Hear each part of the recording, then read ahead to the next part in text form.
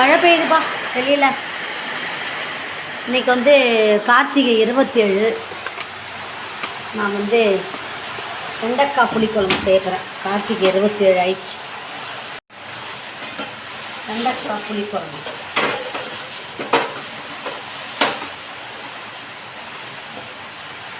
Wash பண்ணிக்கலாம்.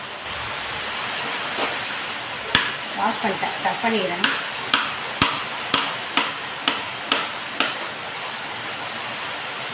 இன்றைக்கி 27 கார்த்திகை 27வது வகை குழம்பு இன்றைக்கி நான் செய்கிறேன். வெளியில் வேறு சரி மழை பெய்யுது, பயங்கர இருட்டாக வேறு இருக்குது.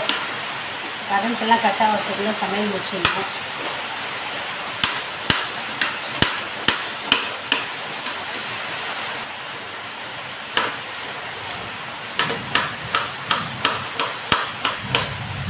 வெங்காயம்லாம் அரிஞ்சு வச்சிட்டேன்.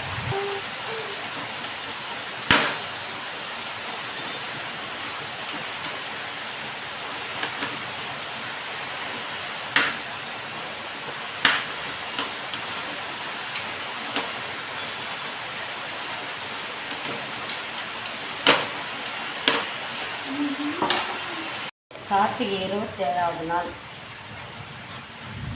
எண்ணெய் ஊற்றலாம்.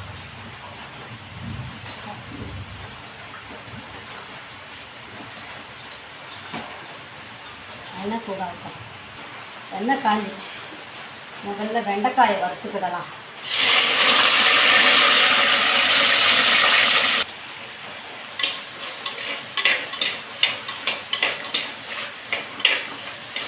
வெண்டைக்காய் வறுத்துக்கலாம் எண்ணெயில். கான்ஃப்ளவர் போட்டோன்னா வலுவலுப்பு தண்ணி போகும்.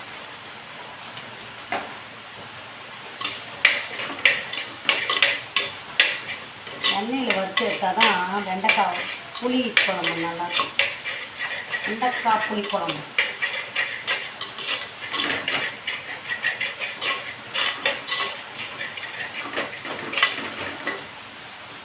இந்த வெண்டைக்காவை நல்லா எண்ணெயில் வறுத்துட்டு வரேன்.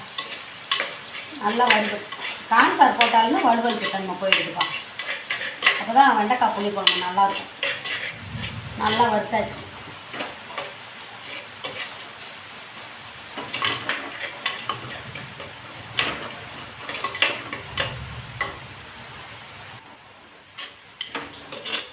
வெண்டைக்காய் புளிக்குழம்பு பண்ணுறதுக்கு வெண்டைக்காவை எண்ணெயில் போட்டு வறுத்துக்கிட்டேன்.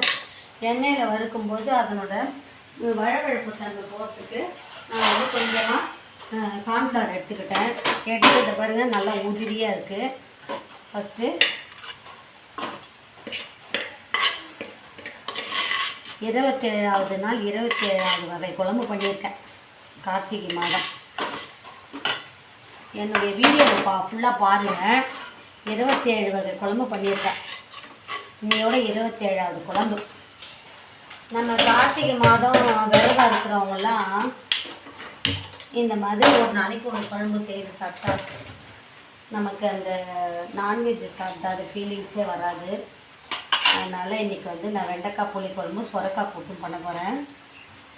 புளிக்குழம்புக்கு அந்த சட்டிலேயே நான் எண்ணெய் ஊற்றி கடுகு போட்டுக்கிறேன். கடுகு பொடிக்கிட்டோம். கடுகு பொடியுது. சும்மா 2 வரமிளகாவும் 2 பூண்டு பழம் போட்டிருக்கேன். கடுகு பொடியுது. கட் பண்ணி வச்சுருந்த வெங்காயம் போட்டுக்கிறேன். அதுக்கிட்டலாம் கல்லுப்பு,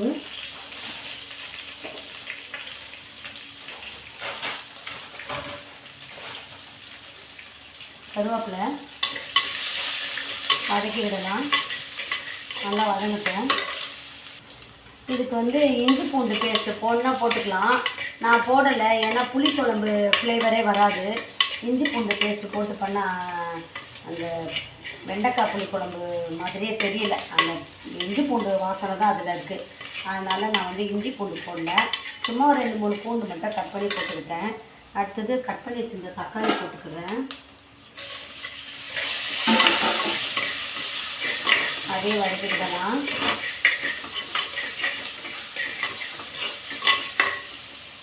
வெங்காயம் தக்காளி இதெல்லாம் வதங்கிறதுக்குள்ள நான் சொரக்காய் கூட்டு பண்ணுறது எப்படின்றத பார்ப்போம். ஒரு அடுப்பில் பருப்பு மட்டும் பருப்பு மட்டும் வேக வச்சுருக்கேன். இப்போ நான் இதில் வந்து அரை சொரக்காய் தான் எடுத்துக்க போகிறேன். ஏன்னா இது ரொம்ப நிறையா வரும். நான் 2 பேருக்கு தான் செய்ய போகிறேன் இப்போ. அதனால் அதிகமாக இருக்கும், டேஸ்ட் ஆகும். அதனால் நான் வந்து ஒரு அரை சொரக்காய் எடுத்துக்கிறேன். அரை சொரக்காவை பீலர் வச்சு நான் தோலை நீக்கிக்கிறேன். அதுக்குள்ளே வெங்காயம் தக்காளி வதங்கட்டும். இந்த மாதிரி தோலை நீக்கிட்டு நான் சின்னதாக அரிஞ்சு இதுக்கு வந்து பச்சை மிளகா, வெங்காயம், பூண்டு எல்லாம் தக்காளியெல்லாம் போட்டு பண்ணுறது எப்படி செய்யலான்றதை பார்ப்போம். இப்போ வந்து வெங்காயம் தக்காளி வதங்கட்டும். அதுக்குள்ளே நான் தோலை கட் பண்ணிடுறேன். இதில் வந்து விதையெல்லாம் கூட போடலாம், விதையெல்லாம் போட்டுடலாம். சொரக்காய்க்கு விதையெல்லாம் எடுக்க தேவையில்ல, அதையும் போட்டே நம்ம சமையல் பண்ணிடலாம். இந்த சொரக்காய் சாப்பிட்டா ரத்தம் சுத்தமாகுன்றாங்க. அதனால் அடிக்கடி உணவில் சேர்த்துக்கோங்க. இதோ பீலர் வச்சு கட் பண்ணிட்டேன். இதை நான் வந்து வாஷ் பண்ணிட்டு சின்னதாக கட் பண்ணிக்கிடுறேன். அதுக்குள்ளே இந்த வெங்காயம் வதங்கிடுச்சு, வெங்காயம் தக்காளி ஓரளவு வதங்கிடுச்சு. இப்போ நான் வந்து கொஞ்சமாக புளி ஊற்றிக்கிறேன். வெண்டைக்காய் புளி குழம்பு தான். வெண்டைக்காய் வந்து எண்ணெயிலே வதக்கி எடுத்துக்கிட்டேன், அதனால் வேகணுன்ற அவசியம் இல்லை. புளி ஊற்றிக்கிட்டேன். இது நல்லா வேகட்டும். இப்போ நான் வந்து கொஞ்சம் மிளகாத்தூள் போட்டுக்கிறேன், குழம்பு மிளகாத்தூள் போட்டுக்கிறேன். எவ்வளோ காரம் தேவையோ அதுக்கு தகுந்த மாதிரி போட்டுக்கோங்க.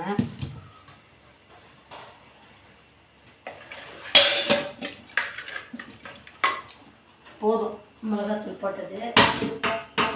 அடுத்தது வந்து கொஞ்சமாக காஷ்மீரி சில்லி பவுடர் போட்டுக்கிறேன், கலருக்கு தான். அப்புறமா இது கொஞ்சம் நல்லா வதங்கட்டும். வெங்காயம் தக்காளி புளியெலாம் நல்லா மிங்கிள் ஆகட்டும். அதுக்கப்புறமா நம்ம வெண்டைக்காய் போடலாம். அதுக்குள்ளே சொரக்காவை கட் பண்ணி வச்சிடலாம். புளிக்குழம்பு சட்டியில் செய்து சாப்பிட்டு பாருங்கள், அவ்வளோ டேஸ்ட்டாக இருக்கும். நல்லா வத்திருச்சு. இப்போ நான் வறுத்து வச்ச வெண்டைக்காவை போட்டுக்கிறேன். எண்ணெயில் தானே நம்ம அதை வறுத்தோம், அதை போட்டுக்கிறேன்.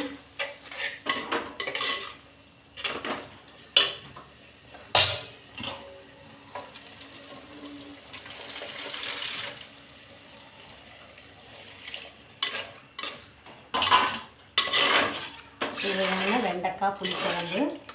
இப்போ கொஞ்சம் கொதி வந்த உடனே இது வெண்டைக்காய் வெந்து தான் இருக்கும். அப்படியே கொஞ்சம் பச்சையாக இருந்தால் கூட நல்லது தான், சாப்பிட்லாம். சுவையான வெண்டைக்காய் புளிக்குழம்பு. உப்பு தான் கொஞ்சம் கம்மியாக இருக்குது.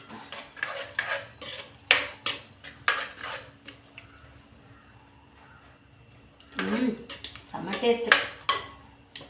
காரம், உப்பு, புளிப்பு எல்லாம் கரெக்டாக இருக்குது. போதும்.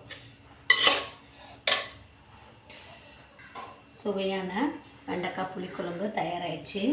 இப்போ வந்து நான் இதை வாஷ் பண்ணிவிட்டு கட் பண்ணிக்கிறேன்.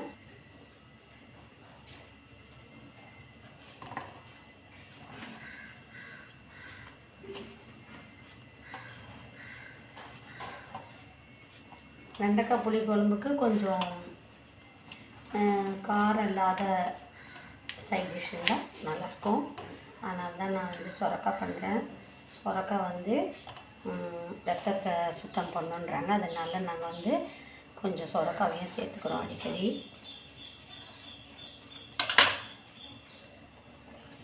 சொரக்காய் கட் பண்ணி வச்சிட்டேன். வெண்டைக்காய் புளிக்குழம்பு ஆயிடுச்சு. நீங்கள் இந்த மாதிரி இந்த மெத்தடில் பாருங்கள், உங்களுக்கு ரொம்ப டேஸ்ட்டாக இருக்கும்.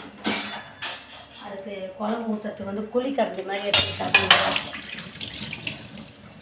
இந்த மாதிரி கரண்டியில் இப்போ நாங்கள் சட்டியில் செய்த புளிக்குழம்பு அவ்வளோ டேஸ்ட்டாக இருக்குது. வெண்டைக்காய் புளிக்குழம்பு கார்த்திகை 27 வெண்டைக்காய் புளிக்குழம்பு. நான் இப்போ இந்த சமையலை முடிச்சுட்டு போயிட்டு நாளைக்கு வந்து கார்த்திகை தீபம். அதனால் நான் எனக்கு கொஞ்சம் மார்க்கெட் போயிட்டு விளக்கு, பூ எல்லாம் வாங்கிட்டு வரலான்னு பார்க்குறேன். அப்போ தான் நாளைக்கு விளக்கு ஏற்றுறதுக்கு இன்றைக்கி ரெடி பண்ணி வச்சாதான் நாளைக்கு கொஞ்சம் ஈஸியாக இருக்கும். நாளைக்கு பலகாரில் வேறு செய்யணும். நான் மார்க்கெட் போயிட்டு விளக்கு வாங்கும்போது அது ஒரு விலாக் போடுறேன். எப்படி இருக்குன்னு பாருங்கள். விளக்குங்களா மாடல் விளக்குலாம் பார்க்கலான்னு பார்க்குறேன். மழை இல்லைன்னா போவேன், மழைன்னா எப்படி போகிறதுன்னு தெரியலை. இப்போ நான் வெண்டைக்காய் புளிக்குழம்பு எடுத்துக்கிட்டேன்.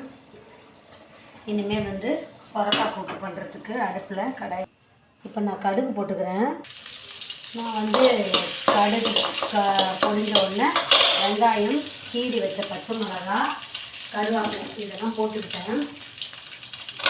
கொஞ்சமாக மஞ்சள் தூள் போட்டுக்கிடுவோம்.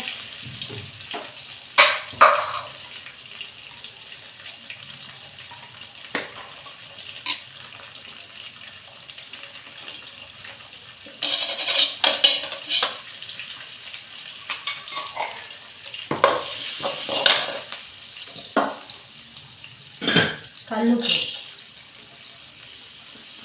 கொஞ்சமாக பெருங்காயத்தூள். பருப்பு எதுலலாம் சேருதோ அதெல்லாம் நம்ம வந்து பெருங்காயத்தூள் போட்டு விடணும்.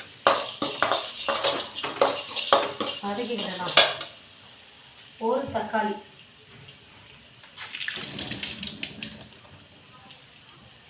ஒரு தக்காளி பழத்தை புழிஞ்சி போட்டுக்கிடலாம். எனக்கு வந்து கொஞ்சம் புழிஞ்சி போட்டால்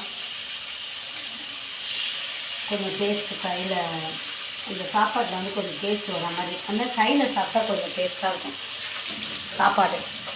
ஸ்பூனில் சாப்பிட்றத விட கையில் சாப்பிட்டா ரொம்ப டேஸ்ட்டாக இருக்கும். இது வதக்கிடுவேன். பச்சை மிளகாய் எல்லாத்தையும் போட்டு வதக்கிடுவேன்.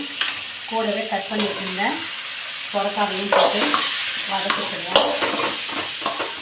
சொரக்காய் நல்லா வேகட்டும். தண்ணி ஊற்றி வேக வச்சுட்டு மூடி போட்டுடலாம். நல்லா வேகட்டும், குழைய வேகணும். அதுக்கப்புறமா தான் நம்ம பருப்பு போடணும். வேக வச்சுருந்த பருப்பை மூடி வச்சுக்கிறேன், வேகட்டும். சொரக்காய் நல்லா வெந்துச்சு. நான் வந்து அவிச்சு வச்ச பருப்பையும் போட்டுக்கிட்டேன். சுவையான சொரக்காய் கூட்டு, வெண்டைக்காய் புளிக்குழம்பு, ஒயிட் ரைஸ். உங்களுக்கு இந்த லஞ்ச் பிடிச்சிருந்தா சேனலை லைக் பண்ணுங்கள், ஷேர் பண்ணுங்கள், சப்ஸ்கிரைப் பண்ணுங்கள்.